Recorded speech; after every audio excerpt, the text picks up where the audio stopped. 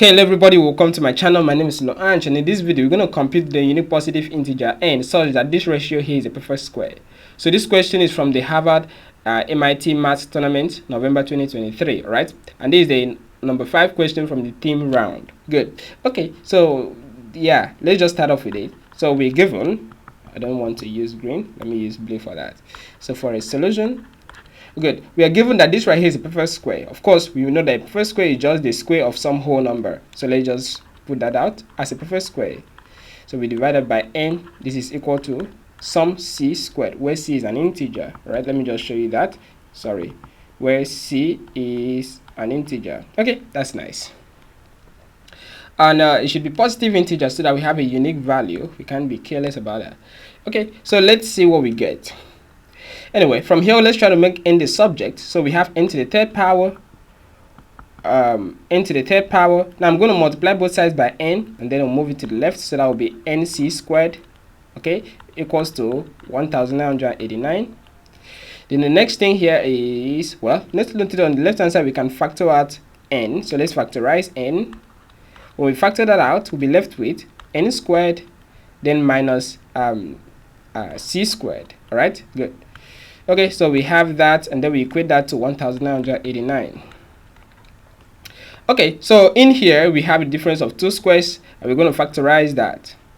So for the difference of two squares, we're going to have n minus c times n plus c. Okay, so we equate that to 1989.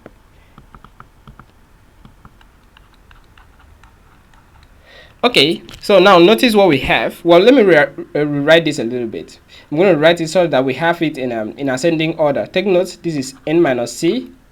It's like subtracting something from n. Then when we add c to n minus c, we'll be left with n, which is this term right here. Then when we add c to n, we'll have n plus c. So yeah, it's like saying we can rewrite 1989 as a product of three factors, where the factors have a common difference, and the common difference will be c. Good. So you want to find such factors. So that will just be by trying to work it out. Okay, so let's write what we had. So that is n minus c, n, then n plus c. Good. This is 1989. Okay, so what? Well, so we say we're going to just try to find out the factors of this number. So this is 1989. So how can we think of the numbers that will divide this? Okay, and then three factors that have a common difference. Well, let's add these digits.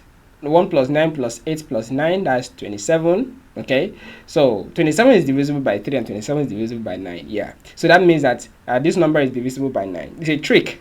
So that's by using a trick. When you add the digits of the number, if the result is a multiple of 9, then it means that 9 can divide such a number. It doesn't work for every number, right? That's why I'm mentioning 9. Okay, and it works for 3 as well. Anyway, good. So what do? Since this is divisible by 9, it means that we can rewrite this as, that is 1989 can be written as 9 times some number. All right, good, some integer. So what would that be? Well, we can just do the division, or maybe I'll go with thinking of a number that I can multiply by 9.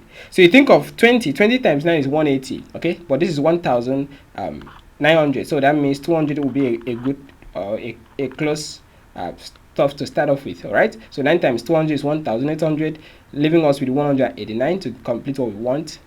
So 9 times 4 will give us 189. Let's see. Well, since 9 times 200 is 1800, it means that 9 times 20 will be 180. So that will be 180. Then we just need 9. Good. So, sorry, I'm not supposed to write 180. I'm supposed to write 9 times 20. Okay, that's 1. Good. So that means that will be 9 times 221, right? Yeah, that's nice. Good. Let me just put down the 221. But we want the product of three factors, not two factors. So we still need to break down this 221, probably, or even the 9 may be broken down as well. Okay, so let's see what we can do with the 221. Well, take note of what we want. We want these three factors to have a common difference. All right. So, well, this ends with 1. So the possible numbers that we can multiply to get 1, 9, a number that ends with 9 and a number that ends with 9. Okay, yeah, that is that. Or a number that ends with 3 multiplied by a number that ends with 7, a number that ends with 1 multiplied by a number that ends with 1. So which number can we think of? You say 11 times 21. I think that's too large. That's too large. 10 times no, 10 is not going to work. 1 times 221, of course, that's trivial.